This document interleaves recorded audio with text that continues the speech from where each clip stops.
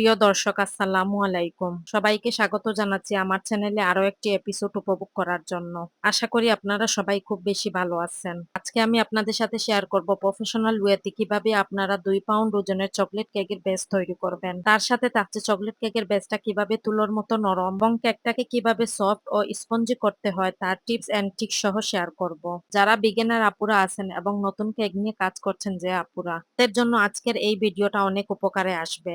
এবং এই ভিডিওর মাধ্যমে শেয়ার করব ক্রিমটা আপনারা কিভাবে পারফেক্ট ভাবে স্টিপ করবেন, এই গরমে ক্রিমটা কিভাবে স্টিপ থাকবে এবং এই গরমের মধ্যে ক্রিম দিয়ে কিভাবে কাজ করবেন। তার সাথে থাকছে ক্রিমের মধ্যে আপনারা কিভাবে কালারটা মিক্সিং করবেন। ক্রিমের মধ্যে কালারটা মিক্স করার পরেও ক্রিমটা গলে যাবে না তাও শেয়ার করব। হোয়াইট এবং গ্রিন কিভাবে দুইটা কালারের শেড দিয়ে কেকের মধ্যে ফিনিশিং আনতে হয় এই পদ্ধতিটাও শেয়ার করব। বরাবরের মতো আজকের এই রেসিপিটাও আপনাদের অনেক অনেক বেশি কাজে আসবে। ভিডিওটা স্কিপ না করে শুরু থেকে শেষ অবধি পুরো ভিডিওটা দেখবেন। আর এই কেকটা তৈরি করেছিলাম আমার ছেলেমেয়ের জন্য। ওরা অনেকদিন থেকেই বায়না ধরেছে ওরা চকলেট কেক খাবে। আলহামদুলিল্লাহ আমার ছেলে মেয়ে অনেক খুশি হয়ে এই কেকটা খেয়েছে। ভিডিওটা যারা ফেসবুক থেকে দেখছেন প্লিজ আমার ছোট্ট ফেসবুক পেজটা ফলো দিবেন, ভিডিওতে লাইক ও ভিডিওটা বেশি বেশি করে শেয়ার করে দিবেন যাতে অন্যরাও এই ভিডিওটা দেখার সুযোগ পায়। যারা এখনো আমার ইউটিউব চ্যানেলটাকে সাবস্ক্রাইব করেননি আপনাদেরকে অনুরোধ করছি আমার ইউটিউব চ্যানেলটা সাবস্ক্রাইব করে আমার পাশেই থাকবেন। চলুন তাহলে কথা না বাড়িয়ে রেসিপিটা শুরু করা যাক। ২ পাউন্ড চকলেট স্পঞ্জ কেকের জন্য ময়দা নিয়েছি ১ কাপ। অবশ্যই ভালো ব্র্যান্ডের এবং প্যাকেটের ময়দাটা ব্যবহার করবেন। ১ কাপ ময়দা থেকে ২ টেবিল চামচ ময়দা উঠিয়ে নিচ্ছি।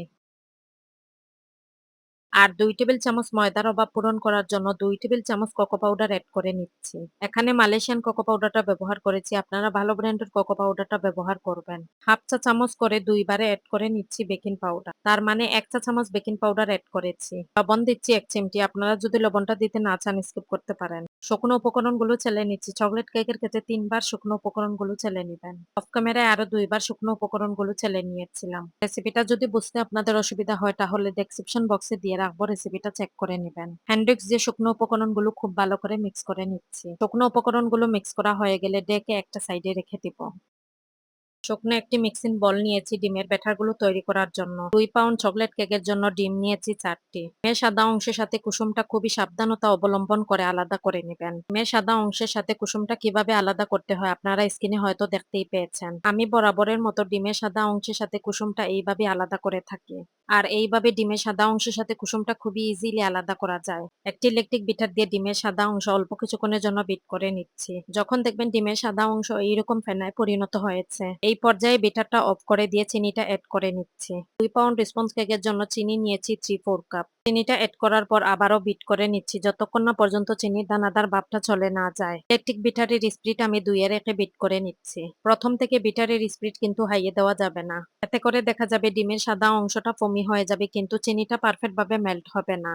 তাই শুরু থেকে বিটারের স্পিড লয়ে রেখে বিট করে নিবেন। এতে করে চিনিটাও আস্তে আস্তে মেল্ট হবে এবং ডিমের সাদা অংশটাও পারফেক্ট ভাবে ফোমি হতে থাকবে। ডিমের সাদা অংশের সাথে চিনিটা কিন্তু একবারে এড করতে যাবেন না। ২ থেকে ৩ বারে চিনিটা এড করে নিবেন। এতে করে ডিমের সাদা অংশটা খুবই সুন্দরভাবে ফোমি হবে এবং চিনিটাও মেল্ট হয়ে যাবে, প্লাস কেকের আউটলুকটাও অনেক বেশি ভালো আসবে।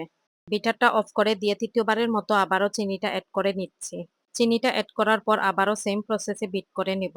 স্পঞ্জ কেকের ক্ষেত্রে কিন্তু রুম টেম্পারেচারের ডিমটা ব্যবহার করবেন। ফ্রিজের ডিমটা ব্যবহার করলে সেক্ষেত্রে ১ থেকে ১.৫ ঘন্টা আগে ফ্রিজ থেকে ডিমগুলো নামিয়ে রাখবেন। ডিমগুলো যখন রুম টেম্পারেচারে চলে আসবে তারপর ওই ডিমগুলো দিয়ে কাজ করতে পারবেন। এই পর্যায়ে কিন্তু বিটারের স্পিড ৩ এ রেখে বিট করে নিচ্ছি। স্ক্রিনে হয়তো লক্ষ্য করে দেখতে পাচ্ছেন আমি বিট করছি আর আরেকটা হাত দিয়ে বাটিটা ঘোরাচ্ছি। এতে করে কিন্তু আমার চিনিটা পারফেক্ট ভাবে মেল্ট হবে এবং ডিমের সাদা অংশটাও পারফেক্ট ভাবে ফোমি হবে। দেখতেই পাচ্ছেন আপনারা ডিমের ফর্মটা কেমন হয়েছে। ডিমের ফর্মটা পারফেক্ট ভাবে তৈরি হওয়ার পর কুসুমটা এড করে নিচ্ছি।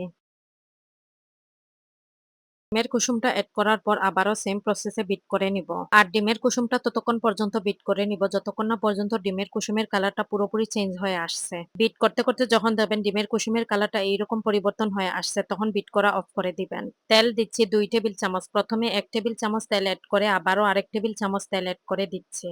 স্পঞ্জ কেকের ক্ষেত্রে তেলের পরিমাণটা খুবই কম লাগে। চকলেট ইমালশন দিচ্ছি ১/২ চা চামচ। চকলেট ইমালশনটা দেওয়ার কারণে চকলেট কেকের মধ্যে অনেক সুন্দর স্মেল আসে। চকলেট কেকের মধ্যে অবশ্যই কিন্তু চকলেট ইমালশনটা দেওয়ার ট্রাই করবেন। চকলেট কেকের ব্যাটারটা কেমন হয়েছে নিশ্চয়ই আপনারা দেখতে পাচ্ছেন। আগে থেকে চেলে রাখা শুকনো উপকরণগুলো এখন ব্যাটারের সাথে মিক্স করে নিচ্ছি। বিটারের কাঁটা দিয়ে ফোল্ডিং মেথডে এক পাশ থেকে আস্তে আস্তে হাতটা ঘুরিয়ে ঘুরিয়ে শুকনো উপকরণগুলো ব্যাটারের সাথে মিক্স করে নিচ্ছি। আর এই সময় কিন্তু তাড়াহুড়া করা যাবে না, খুবই আলতো হাতে আস্তে আস্তে এই কাজটা করে নিতে হবে। এই সময় যদি ব্যাটারের সাথে শুকনো উপকরণগুলো মিক্স করার সময় উল্টাপাল্টা মিক্স করেন তাহলে ডিমের ব্যাটারের ফোমি ভাবটা নষ্ট হয়ে যাবে এবং কেকটা বেক করার পর কেকটা অনেকটাই চুপসে যাওয়ার অনেক চান্স থাকে। তাই এই সময়টা কিন্তু খুবই ইম্পর্টেন্ট একটা পার্ট, ধৈর্য ধরে কাজটা করে নিতে হবে। বিটারের কাঁটা দিয়ে সবসময় আমি শুকনো উপকরণগুলো মিক্স করে থাকি, এতে করে আমার মনে হয় খুব সহজেই শুকনো উপকরণগুলো মিক্স হয়ে যায়। আপনারা চাইলে হ্যান্ড উইক্স অথবা স্প্যাচুলার দিয়েও এই কাজটা করে নিতে পারেন, এটা একান্তই আপনাদের পছন্দের উপর নির্ভর করে। তবে আমি যেভাবে কাজগুলো করে থাকি আমার প্রতিটা ভিডিওতেই আপনাদের সাথে ওইভাবে কাজটা দেখানোর চেষ্টা করি। আর এই সময় কিন্তু আমি ভিডিওটা একদম ফাস্ট করে দেইনি আপনাদের বোঝার সুবিধার্থে। দ্বিতীয়বারের মতো আবারও শুকনো উপকরণগুলো এড করে নিচ্ছি, সেম প্রসেসে আবারও মিক্স করে নিচ্ছি। এই সময় মনে হচ্ছে আমি কাজটা খুব দ্রুত করছি, কিন্তু আমি খুবই আলতো হাতে আস্তে আস্তে কাজটা করেছি। ভিডিওটা অনেক বড় হয়ে যাবে তাই আমি ভিডিওটা ফাস্ট করে দিয়েছি। আমার ভিডিওটা স্কিপ না করে শুরু থেকে শেষ অবধি আমার পুরো ভিডিওটা দেখবেন, এতে করে আমার ভিডিও থেকে আপনারা কিছু না কিছু হলেও শিখতে পারবেন। আপনাদের বোঝার সুবিধার্থে আমার প্রতিটা ভিডিওতেই আপনাদেরকে ডিটেলসে বলে দেওয়ার চেষ্টা করি। সর্বশেষে একটি স্প্যাচুলার দিয়ে ব্যাটারগুলো উপর নিচ করে নিচ্ছি। আর চকলেট কেকের ব্যাটারের ঘনত্বটা কেমন হয়েছে হয়তো আপনারা লক্ষ্যই করেছেন। আর চকলেট কেকের ব্যাটারের ঘনত্বটা বেশি পাতলাও না আবার বেশি ঘনও না, এইরকম হবে। 8 ইঞ্চি সাইজের একটি মোল্ড নিয়েছি, মোল্ডের মধ্যে আগে থেকে তেল ব্রাশ করে কাগজ কেটে রেখেছি। মোল্ডের মধ্যে চকলেট কেকের ব্যাটারগুলো ঢেলে নিচ্ছি। মোল্ডের মধ্যে ব্যাটারগুলো ডালার পর মোল্ডটা ট্যাপ ট্যাপ করে নিচ্ছি যাতে ব্যাটারের ভিতরে কোনো ধরনের লাম্পস না থাকে। কেকটা আমি ওভেনে বেক করে নিব, আপনারা চাইলে কেকটা চুলায়ও বেক করে নিতে পারেন। ওভেনে থাকা অবস্থায় আপনারা দেখতেই পাচ্ছেন আমার কেকটা কতটা পারফেক্ট ভাবে ফুলে উঠেছে এবং কতটা সুন্দর হয়েছে। আর ওভেনের টেম্পারেচার বুঝে আমি টাইমটা সিলেক্ট করে দিয়েছি, আপনাদের ওভেনের টেম্পারেচার বুঝে আপনারা টাইমটা সিলেক্ট করে দিবেন, কারণ সবার ওভেনের টেম্পারেচার প্লাস টাইমিংটা একই রকম হয় না।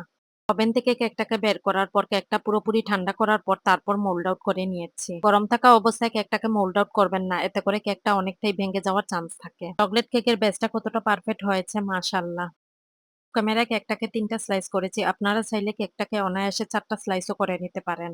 আর আমার স্লাইসগুলো অনেক মোটা হয়েছে। এর ভিতরের অংশটা অনেক বেশি মসৃণ এবং কেকটা অনেক বেশি সফট ছিল। আশা করি আমার রেসিপিটা যদি আপনারা হুবহু ফলো করেন ইনশাল্লাহ নিরাশ হবেন না।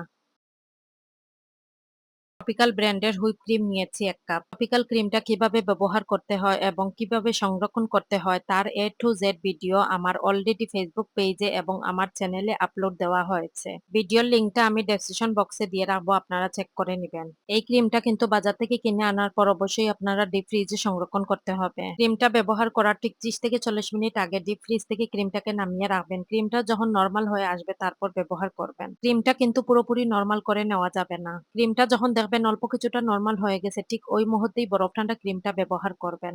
আর এই বরফ ঠান্ডা ক্রিমটা ব্যবহার করলে দেখবেন খুব সহজেই কিন্তু ক্রিমটা স্টিফ হয়ে যায়। এই ক্রিমটা কিন্তু তুলনামূলকভাবে অনেকটাই মিষ্টি থাকে। আলাদা করে এই ক্রিমের মধ্যে কোনো ধরনের আইসিং সুগার এড করতে হয় না। আপনারা যদি ক্রিমের মধ্যে মিষ্টির পরিমাণটা বেশি খান সেক্ষেত্রে আইসিং সুগারটা এড করে নিতে পারেন। বিটারের স্পিড শুরু থেকেই হাইয়ে দেওয়া যাবে না। প্রথম থেকে বিটারের স্পিড কিন্তু লো রেখে ক্রিমগুলো বিট করে নিতে হবে। যখন দেখবেন বিট করতে করতে অনেকটাই আস্তে আস্তে ক্রিমগুলো স্টিফ হয়ে আসছে ওই সময় কিন্তু বিটারের স্পিড আস্তে আস্তে বাড়াবেন। আর আমি কিন্তু এই পর্যায়ে বিটারের স্পিড 3 এ রেখে বিট করে নিচ্ছি ক্রিমগুলো। ক্রিমটা আমার 50% বিট হয়ে গেছে। ক্রিমটা 50% বিট হওয়ার পর একটি স্প্যাচুলারের সাহায্যে ক্রিমগুলো উপর নিচ করে নিচ্ছি, এতে করে সমানভাবে ক্রিমগুলো বিট হবে। আবারও সেম প্রসেসে ক্রিমগুলো বিট করে নিচ্ছি। অতিরিক্ত গরমের কারণে ক্রিমটা গলে যাওয়ার অনেকটাই চান্স থাকে। ক্রিমটা যখন ব্যবহার করবেন অন্য একটা বাটিতে কিছুটা বরফ নিবেন, ওই বরফের বাটির উপরে ক্রিমের বাটিটা রেখে বিট করে নিবেন। যে বাটিতে ক্রিমটা বিট করবেন ওই বাটিটা প্লাস বিটারের কাঁটাটা 30 থেকে 40 মিনিটের জন্য ডিপ ফ্রিজে রেখে দিতে পারেন। 30 থেকে 40 মিনিট পর ডিপ ফ্রিজ থেকে ওই বাটিটা প্লাস বিটারের কাঁটাটা ডিপ ফ্রিজ থেকে বের করে টিস্যু দিয়ে বাটিটা প্লাস বিটারের কাঁটাটা খুব ভালো করে মুছে ওই বাটির মধ্যে কিছুটা ক্রিম নিয়ে তারপর বিট করে নিবেন, এতে করে দেখবেন খুব সহজেই কিন্তু ক্রিমটা স্টিফ হয়ে যাচ্ছে। ক্রিমের সাথে গ্রিন কালার কয়েক ফোঁটা প্লাস ইয়েলো কালার কয়েক ফোঁটা এড করে নিয়েছি। এই দুইটা কালারটা এড করলে খুব সুন্দর সবুজ কালারটা চলে আসবে। কালারটা এড করার পর বিটার দিয়ে বিট করে নিচ্ছি। আপনারা চাইলে এই সময় কিন্তু ক্রিমের সাথে কালারটা স্প্যাচুলার দিয়েও মিক্স করে নিতে পারেন। দেখতেই পাচ্ছেন আপনারা আমার ক্রিমগুলো কতটা স্টিফ আছে। কেকের প্রথম স্লাইসের মধ্যে সুগার সিরাপটা দিচ্ছি। 1 কাপ পানির মধ্যে 6 টেবিল চামচ চিনি দিয়ে সুগার সিরাপটা তৈরি করে নিয়েছি। সুগার সিরাপটা কিন্তু আপনারা কেকের মধ্যে পরিমাণ মতো দিবেন। কেকের লেয়ারে সুগার সিরাপটা বেশি দিলে কেকটা খেতে কিন্তু ভিজা ভিজা লাগবে, তাই পরিমাণ মতো সুগার সিরাপটা এড করে নিবেন। যেহেতু এই কেকটা আমি আমার বাচ্চাদের জন্য তৈরি করেছি, বেঁচে যাওয়া কিছুটা ক্রিম আমার ফ্রিজে ছিল। ক্রিমগুলো ডিপ ফ্রিজ থেকে 15 থেকে 20 মিনিট আগে বের করে রেখেছিলাম। তারপর বিটার দিয়ে অল্প কিছুটা বিট করে ক্রিমগুলো নিয়েছি। আপনাদের কেক ডেকোরেশন করার পর কিছুটা ক্রিম যদি থেকে যায়, ওই ক্রিমগুলো ফেলে দিবেন না। এয়ারটেক বক্সে ভরে ডিপ ফ্রিজে সংরক্ষণ করতে পারেন। ডিপ ফ্রিজে এয়ারটেক বক্সে ভরে ক্রিমগুলো রেখে দিলে 1 মাসের মতো কিন্তু ক্রিমগুলো ভালো থাকে। আর বেঁচে যাওয়া ক্রিমগুলো দিয়েই কিন্তু আপনারা কেক তৈরি করে বাসায় খেয়ে নেবেন। বেঁচে যাওয়া ক্রিমগুলো 30 থেকে 40 মিনিট আগে ডিপ ফ্রিজ থেকে ক্রিমগুলো নামিয়ে রাখবেন। ক্রিমগুলো যখন অল্প কিছুটা নরমাল হয়ে আসবে, বিটারের স্পিড একদম লয়ে রেখে ক্রিমগুলো অল্প কিছুক্ষণের জন্য বিট করে নেবেন। বেঁচে যাওয়া ক্রিমটা শুধু কেকের লেয়ারেই ব্যবহার করতে পারবেন। বেঁচে যাওয়া ক্রিমটা দিয়ে কেকের কোনো ধরনের ডিজাইন প্লাস কেকের ফাইনাল ফিনিশিংটা দিতে পারবেন না। বেঁচে যাওয়া ক্রিমগুলো কিন্তু আমি আমার বাসায় কেক তৈরি করে খেয়ে নেই। ডেলিভারি দেওয়া কেকগুলোর মধ্যে আমি সবসময় ফ্রেশ ক্রিমটা ব্যবহার করে থাকি, কারণ আমি চাই আমি আমার কাস্টমারকে আমার বেস্টটা দিয়ে কেকটা তৈরি করে দেওয়ার জন্য। সর্বশেষ কেকের 3 নম্বর স্লাইসটা কেকের উপরে বসিয়ে দিয়েছি। নাইফ দিয়ে কেকের চারপাশের ক্রিমগুলো সমান করে নিচ্ছি। সর্বশেষ লেয়ারের মধ্যে সেম পরিমাণে সুগার সিরাপটা দিচ্ছি। হাফ কাপ চকলেটের সাথে 1/3 কাপ হুইপ ক্রিম দিয়ে চকলেট গানাশটা তৈরি করে নিয়েছি। আর এই চকলেট গানাশটা কেকের লেয়ারে ব্যবহার করলে কেকের টেস্টটা আরো দ্বিগুণ বেড়ে যায়। হাফ কাপ চকলেটের সাথে 1/3 কাপ লিকুইড হুইপ ক্রিম দেওয়ার কারণে তুলনামূলকভাবে গানাশটা অনেকটাই ঘন ছিল। আপনারা যদি গানাশটা এর চাইতে আরো কিছুটা পাতলা করতে চান, সেক্ষেত্রে হুইপ ক্রিম অল্প কিছুটা বেশি এড করে নিতে পারেন। এতে করে গানাশটা কিছুটা পাতলা হবে। কেকটাকে ক্রাম কোট করে নরমাল ফ্রিজে 5 মিনিটের জন্য রেখে দিয়েছিলাম। 5 মিনিট পর ফ্রিজ থেকে কেকটাকে বের করে পাইপিং ব্যাগে ক্রিম ঢুকিয়ে পুরো কেকের চারপাশে ক্রিমগুলো লাগিয়ে নিচ্ছি। পাইপিং ব্যাগ দিয়ে কেকের চারপাশে ক্রিমটা লাগালে আমার মনে হয় ক্রিমের রোয়েস্টটা কম হয়। আপনারা চাইলে এই সেম কাজটা প্যালেট নাইফ দিয়েও করতে পারেন। এটা একান্তই আপনাদের উপর ডিপেন্ড করে, কারণ আপনি যেভাবে কাজটা সহজ মনে করেন ওইভাবেই করে নিতে পারেন। প্যালেট নাইফ দিয়ে কেকের চারপাশের ক্রিমগুলো সমান করে নেওয়ার পর কেকের উপরের ক্রিমগুলো প্যালেট নাইফ দিয়ে সমান করে নিচ্ছি। ভিডিওটা অনেক বড় হয়ে যাবে, তাই আমি ভিডিওটা ফাস্ট করে দিয়েছি, কারণ এই কাজগুলো আমি আস্তে ধীরে এবং কিছুটা সময় নিয়ে করেছি। ফিনিশিং এর কাজটা কিন্তু অনেক আলতো হাতে এবং আস্তে আস্তে করতে হয়। এই কাজটা কিন্তু আপনারা অনেক সময় নিয়ে এবং ধৈর্য ধরে করবেন, ফলে দেখবেন ফিনিশিংটাও কিন্তু অনেক সুন্দর হবে। সাইডের ফিনিশিংটা দেওয়ার পর প্যালেট নাইফ দিয়ে উপরের ক্রিমগুলো সমান করে নিচ্ছি। টিফিন ব্যাগ দিয়ে কেকের সাইডে গ্রিন কালারটা দিচ্ছি। ভিডিওর শুরুতে হয়তো দেখেছেন কেকের সাইডে হোয়াইট এবং গ্রিন দুইটা কালারের ডিজাইন করেছি। স্ক্র্যাপারটা কেকের সাইডে আলতো হাতে ধরে গ্রিন কালারটা সমান করে নিয়েছি। কেকের সাইডে দুইটা কালারের শেড দেওয়ার কারণে কেকটা দেখতেও অনেক সুন্দর লাগছে। কেকের উপরে গ্রিন কালারটা দিয়ে প্যালেট নাইফ দিয়ে ক্রিমগুলো সমান করে নিচ্ছি। কেকের উপরে টানছি আর সাথে সাথে প্যালেট নাইফটা ক্লিন করে নিয়েছি। এতে করে খুব সহজেই কিন্তু কেকের উপরে ফিনিশিংটা চলে আসে। লিপ নজলটা দিয়ে কেকের উপরে ডিজাইনটা করে নিচ্ছি। লিপ নজল দিয়ে কেকের উপরে কিভাবে ডিজাইনটা করে নিচ্ছি আপনারা স্ক্রিনে ভালো করে লক্ষ্য করে বুঝে নেবেন। ডিজাইনটা চোখে দেখে বুঝে নিতে হবে আমি ডিজাইনটা কিভাবে করে নিচ্ছি। রোজ নীলের উপরে প্রথমে বেসটা তৈরি করে নিচ্ছি। চেরি ব্লসম ফুলটা কিভাবে করছি আপনারা স্ক্রিনে ভালো করে লক্ষ্য করে বুঝে নেবেন। আর এই চেরি ফুলগুলো বেশি বেশি করে আপনারা বাসা প্র্যাকটিস করবেন। ট্রাই করতে করতে দেখবেন একসময় আপনারাও কিন্তু অনেক সুন্দরভাবে ফ্লোরাল কেকগুলো তৈরি করতে পারছেন। নতুনদের জন্য বলছি, প্রথম প্রথম এই ফুলটা ক্রিম দিয়ে তৈরি করা কিছুটা টাফ মনে হবে। ট্রাই করতে করতে দেখবেন ইজি হয়ে যাবে। আর কেচির সাহায্যে কিভাবে ফুলটা উঠাচ্ছি এবং কেকের উপরে কিভাবে বসাচ্ছি আপনারা খুব ভালো করে স্ক্রিনে লক্ষ্য করবেন। তাহলেই বুঝতে পারবেন কিভাবে বসিয়েছি। কেকের উপরের প্রতিটা ফুলগুলোই আমি এইভাবে তৈরি করে নিয়েছি। নিচের বর্ডারটা করছি পাতার নজেল দিয়ে। নিচের বর্ডারটা কিভাবে করছি আপনাদের বোঝার সুবিধার্থে আমি প্রথম থেকে ভিডিওটা ফাস্ট করে দেইনি। আর এই ডিজাইনগুলো কিভাবে করতে হয় আমি মুখে বলে দিয়ে আপনাদেরকে বোঝানো যাবে না। আপনারা চোখে দেখে বুঝে নিতে হবে আমি কিভাবে ডিজাইনটা করে নিচ্ছি।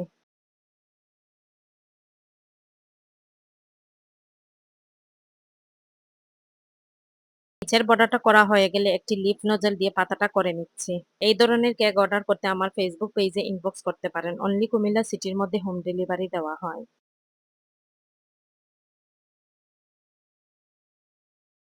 এই সময় ভিডিওটা একদম ফাস্ট করে দেইনি, কারণ পাতাগুলো কিভাবে দিচ্ছি আপনাদের বোঝার সুবিধাতে ভিডিওটা একদম স্লো রেখেছি। ভিডিওটা স্কিপ না করে সম্পূর্ণ ভিডিওটা আপনাদেরকে দেখার জন্য অনুরোধ করছি। আমার প্রতিটা ভিডিওতেই কিন্তু আপনাদের জন্য কিছু না কিছু হলে শেখার জন্য থাকবে। ভিডিওটা যদি স্কিপ করে করে দেখেন তাহলে দেখা যাবে ভিডিওর অনেক ইম্পর্টেন্ট একটা পার্ট আপনি স্কিপ করে গেছেন। তাই বলছি ভিডিওটা শুরু থেকে শেষ অবধি দেখবেন। ফুলের মাঝখানে ক্রিম দিয়ে কলি করে দিয়েছি। সুগার বলগুলো কেকের মধ্যে দেওয়ার পর কেকের সৌন্দর্যটা আরো ফুটে উঠেছে। একটা এখন আপনাদের সামনে কেটে দেখাবো কারণ কেকের ভিতরের অংশটা কেমন হয়েছে। আর আপনারা যদি আমার রেসিপি হুবহু ফলো করে বাসায় তৈরি করেন, ইনশাল্লাহ দেখবেন আমার মতো পারফেক্ট একটা কেক আপনাদেরও হবে। কারণ আমি আপনাদের সাথে পারফেক্ট রেসিপিগুলো শেয়ার করি এবং আমি চাই আমার মাধ্যমে যেন অন্য কেউ শিখতে পারে এবং উপকৃতও হতে পারে। আর এই কেকটা কিন্তু অনেক বেশি মজা ছিল। আমার পরিবারের প্রত্যেকটা সদস্যই কিন্তু আমার হাতের কেক অনেক বেশি পছন্দ করে। ভিডিওটা যারা ফেসবুক থেকে দেখছেন আবারও বলছি আমার ফেসবুক পেজটা ফলো দিবেন, ভিডিওতে লাইক ও ভিডিওটা বেশি বেশি করে শেয়ার করে দিবেন যাতে অন্যরাও ভিডিওটা দেখার সুযোগ পায়। এখনো যারা আমার ইউটিউব চ্যানেলটা সাবস্ক্রাইব করেননি আপনাদেরকে অনুরোধ করছি আমার ইউটিউব চ্যানেলটা সাবস্ক্রাইব করে দিবেন এবং ভিডিওতে লাইক ও বেশি বেশি করে কমেন্ট করবেন। আপনাদের একটা কমেন্ট আমার কাজের উৎসাহটা আরো দ্বিগুণ বাড়িয়ে দেয়। আজকের মতো এখানেই বিদায় নিচ্ছি। কথা হবে নেক্সট কোনো ভিডিওতে। আল্লাহ হাফেজ।